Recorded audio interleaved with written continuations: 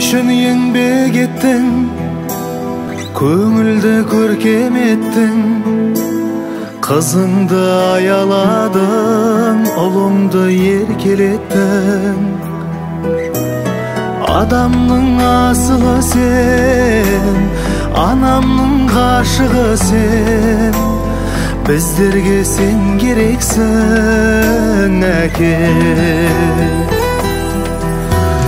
Сабырлы салмақтысың, тау сияқты әке. Еліңе ардақтысың, хан сияқты әке. Жүресің ең бақытты жан сияқты. Біз барда сенде жассын, шыға бер биік әке. Тойымыз той қыласын, жүз жаса сүйікті әке.